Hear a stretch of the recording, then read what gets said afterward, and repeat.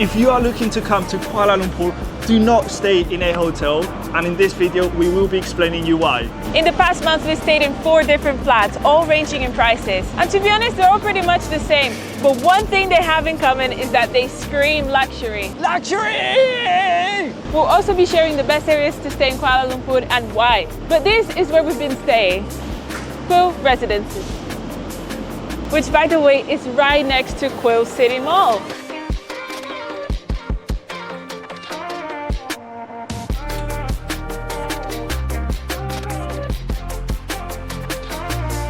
I don't want to speak too loud because we are in the reception, but as soon as we came in, this place is pure luxury, you know, like we feel important.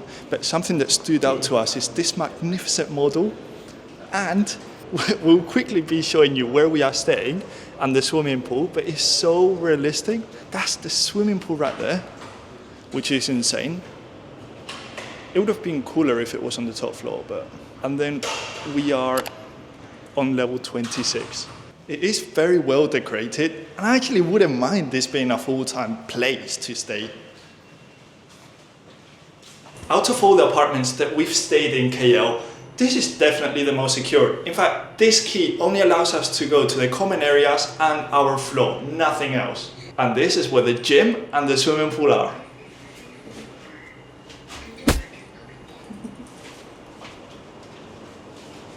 This is one of the nicest gyms by far. But when I was doing research to book us this apartment, I discovered that some places don't have access to the gym for free. You might have to pay for it or stay long term. But we haven't used the gym at all because we're working so hard behind the scenes to make content. So please subscribe to our channel and like this video. It would help us so much. Oh my God, I left my phone inside.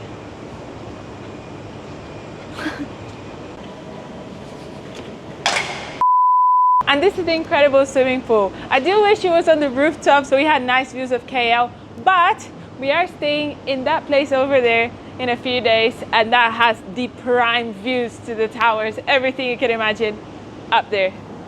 So the swimming pool is going to be literally on the top floor. I mean, you can tell how much we love this location. We're moving from one side just across the street.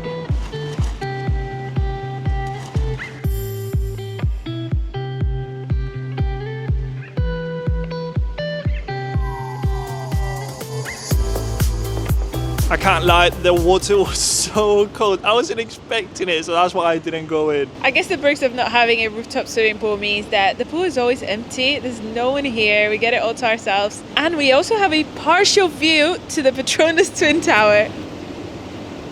But on the other hand, I mean, it's not that I care because I've got a very sexy body, but all the flats can see you.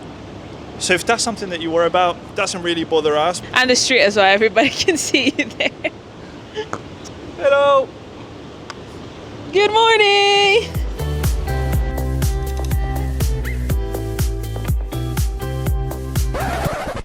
What happened?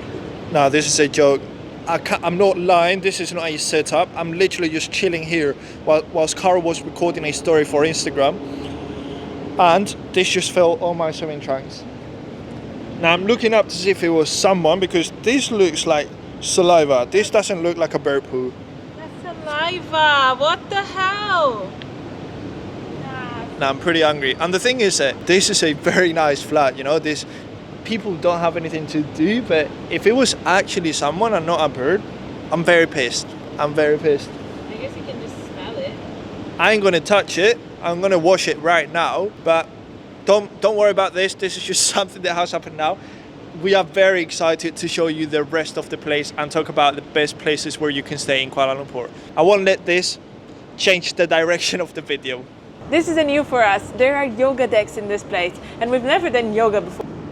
I'm pretty sure this is a yoga pose, but let us know in the comments if we're just chatting shit. I don't want to get spat on. Let's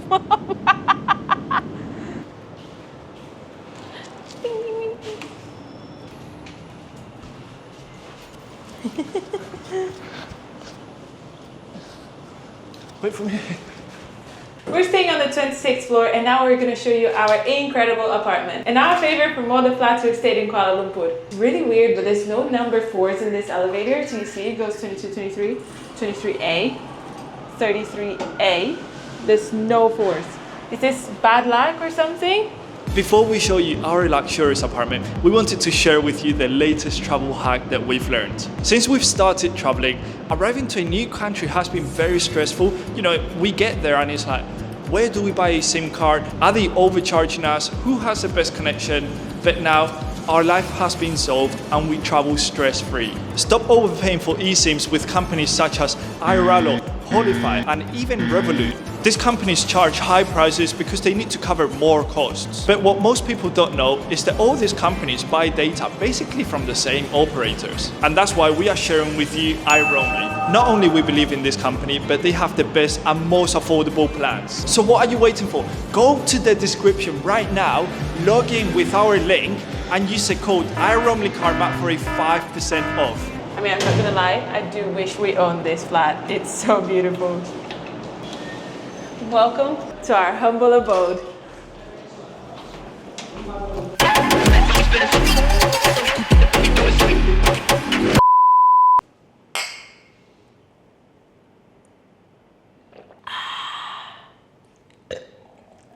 Don't put that in. Let's get into the juicy part. This is the most expensive apartment we have stayed so far in Kuala Lumpur, and we are paying about £30. It may not sound like a lot to you, but we've been traveling for 5 months and we are surviving from our savings. So it's quite a lot for us, but it's worth it. I'm going to sound a bit like a real estate agent. I'm not. This is a 1-bedroom apartment with a bathroom. It's quite nice, quite basic. I mean, we only take a poo and shower here, so.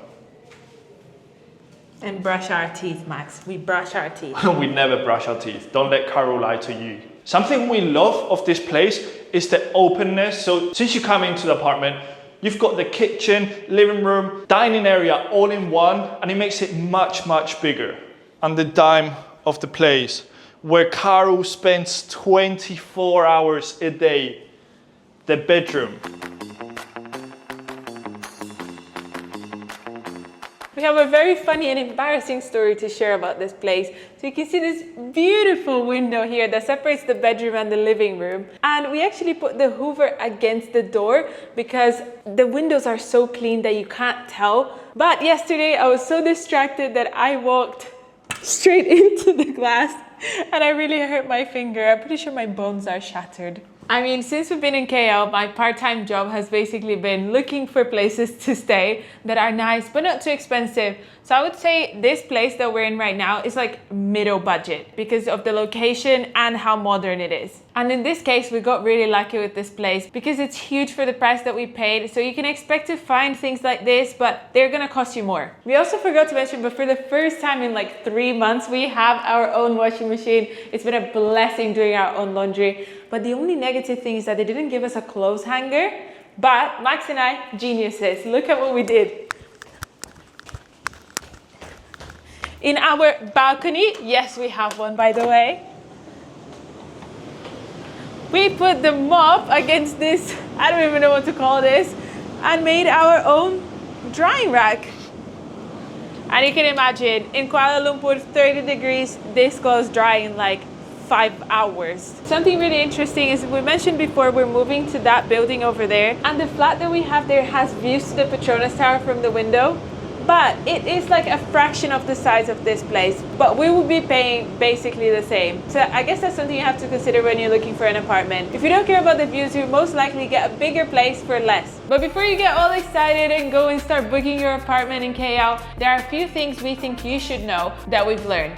Number one is be careful trusting the listings on Booking, Airbnb, because they're not always legit. And the best way to know if they're legit is going through the reviews. We always filter by the lowest ratings because they're less likely to be fake, and we can see what the horror stories are like. Number two is that we also learned that as you get closer to the famous landmarks like the Petronas Towers, the hosts start to charge you the Airbnb fee. We're not speaking about a small fee. That fee tends to be 15 to 20% of the total booking. That on top of taxes and cleaning fee is a lot. In some of them, they were asking for £45. No way, no way we are paying more on service charge than on one actual night. And if you don't know what the fee is, it's basically what keeps the platform running. So the host can choose if they want themselves to pay or you to pay. So we don't like that principle, so we tend to go for the ones that don't ask us to pay for that fee.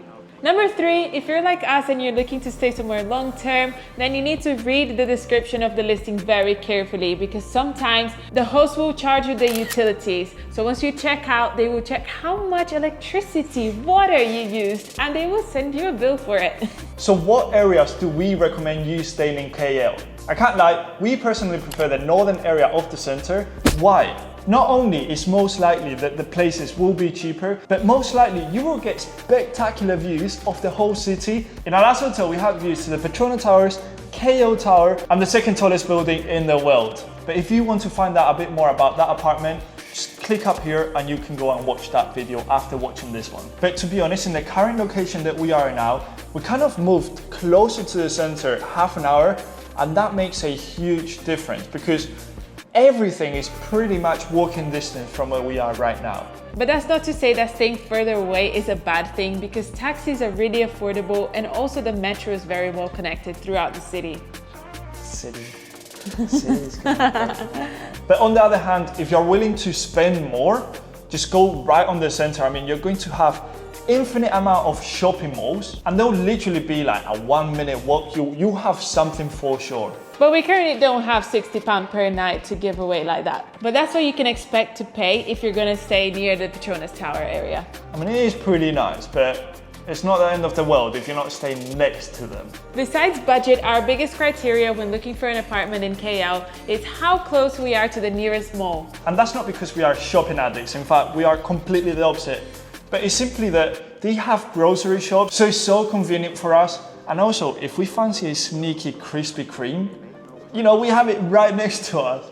Remember at the start of this video when we told you guys don't stay in a hotel when you come to KL? The reason why is because in a hotel you can expect to pay the same as in an apartment, but in an apartment you are likely to have a kitchen, which means you don't have to go out every single day for a meal. So if you stay in a hotel, you end up paying this much more than in an apartment. We really hope that you found this video helpful, but if there's any questions that you have and we haven't answered, make sure you write them in the comment because we'll reply to them without any issues. If you guys are enjoying our videos in Kuala Lumpur, then make sure you subscribe to our channel because we're trying to get to 5,000 subscribers before the end of the year. And you are the only one that can help us. Make sure you watch this video next. This is a banger. Don't miss out. Peace. Drop the mic.